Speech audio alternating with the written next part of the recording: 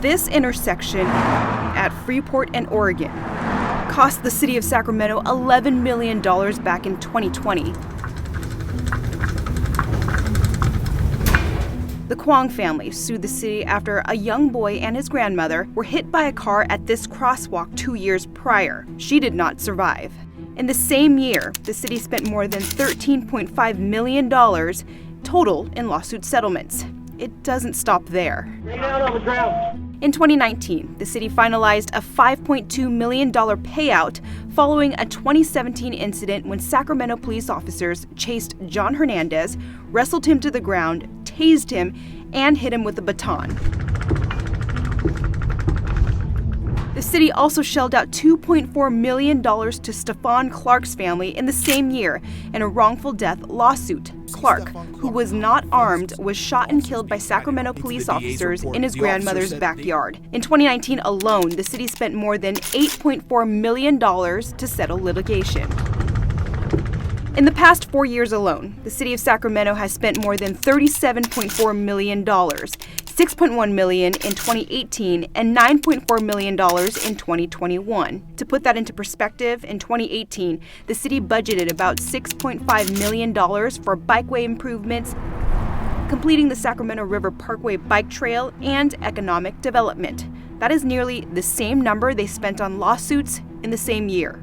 These are some big numbers, so we wanted to dig deeper to see how the city settles on these amounts and what happens when somebody sues the city for big dollars. The first time we can actually get anything from the city is when we've already sued them. As a civil rights attorney in Sacramento for nearly 50 years, Mark Marin has represented many people who have sued the city. With every case against the city, he says he gives them a chance to settle the dispute before filing a formal lawsuit. They almost never take advantage of the opportunity to resolve a case at that point. That's when Marin and his client will file a complaint to try to get the city to admit their wrongs. But he says these cases often drag on and end up costing the city a lot of money. They probably paid out more to defense attorneys in many cases than they actually paid out to the plaintiffs to resolve a case. Save me! Save me! One of Marin's most notable cases.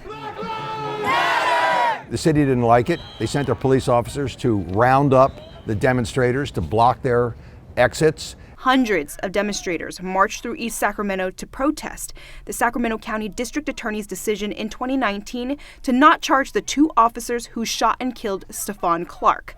Marin represented dozens who were arrested. All the people, I think there were 84 of them. What we have right now on this overpass, about a dozen people or more are detained. Marin says his clients were handcuffed and taken to Cal Expo, and after about 8 to 10 hours, they were released. It was an outrageous violation of freedom of expression, First Amendment rights. A year later, in 2020, the city agreed to settle with Marin and paid nearly $500,000, an amount Marin says the city could have avoided by admitting fault sooner. They're not interested in talking about resolution. All they're interested in talking about is chalking up the hours and getting the money flowing. But Timothy Davis, we do listen and we do change. President of the Sacramento Police Officers Association, says it's not about the money. Pay settlements or anything like that, that's not what we're concerned about. What we're concerned about is how we can best serve this community. And that means learning from things that don't go well.